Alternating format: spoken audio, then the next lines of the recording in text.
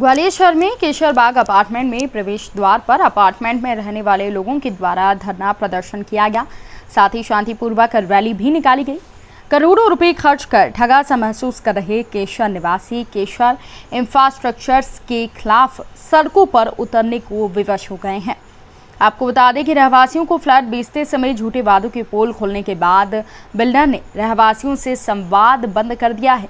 पानी, निरंतर बिजली और सफाई के साथ अन्य कई सुविधाओं के नदारद होने से गंगवाल बंधुओं का केशर इंफ्रास्ट्रक्चर के द्वारा 8 वादों को पूरा करने में पूरी तरह विफल हो गए हैं। अपार्टमेंट में रहने वाले दीपक ने बताया कि बिल्डर पूरी बिल्डिंग पर पेंट का फाइनल कोट कराने के वादे से मुकर गए हैं। बिल्डर केशर निवासियों को जान जोखिम में डालकर वादे के मुताबिक मुख्य द्वार पर गेट लगाने से भी इनकार कर रहा है।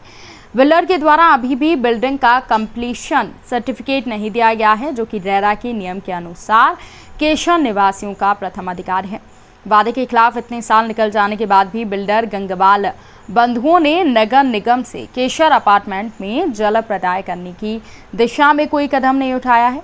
बिल्डर ने वादा खिलाफी करते हुए ऑटो जनरेटर सेट नहीं लगाया है। गंगवाल बंधुओं के द्वारा करोड़ों रुपए मेंटेनेंस के नाम पर एकत्रित किए गए हैं, लेकिन उनका कोई भी हिसाब किताब नहीं है।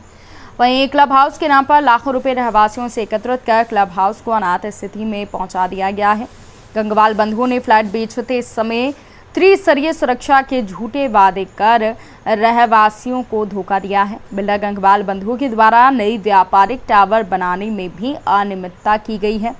कुल मिलाकर कई सारी अनियमितताएं यहां पर की गई है। लगभग सारे फ्लैट्स बेचने के बाद आवासीय केशर अपार्टमेंट के कुछ भागों को नेस्टन के नाम से एक होटल की तरह चलाकर पूरी तरीके से कानून को यहां पर ठेंगा दिखाया जा रहा है। साथ ही साथ प्रशासन और पुलिस ने केशर रहवासियों की सभी शिकायतों को ठंडे बस्ते में डाल दिया है, जिसके कारण रहवासियों की परेशानी और भी ज़्यादा बढ़ गई है।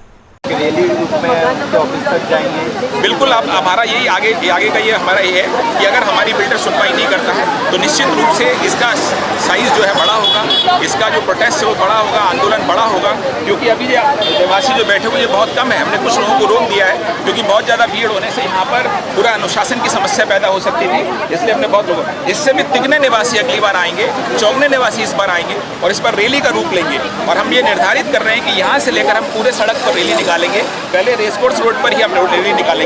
कम से कम लोगों को पता लगना चाहिए कि इतना बड़ा अपार्टमेंट इतने अच्छे परिवार द्वारा, इतने सम्भ्रांत परिवार द्वारा, इतने अच्छे बिल्डर द्वारा बनाए जाने के बाद भी ऐसी क्या वजह है कि वो अपने वादों को पूरा नहीं कर पा रहे। बिल्डर ने ये आपको फ्लैट देते समय कहा था ये सब सुविधा आपको लिखित में दी थी? आपने अभी बाइट पे ली होगी। सभी लोगों को ये वादे किए गए हैं, कुछ ऑरल वादे किए गए हैं, कुछ लिखकर वादे किए गए हैं, उससे रिलेटेड आपको पत्र दे दिए गए हैं, भेज दिए गए हैं। तो वो सब वादे उन्होंने किए, लेकिन उन वादों पर वो कभी पूरी तरह से पूरा नहीं करना चाह रहे हैं।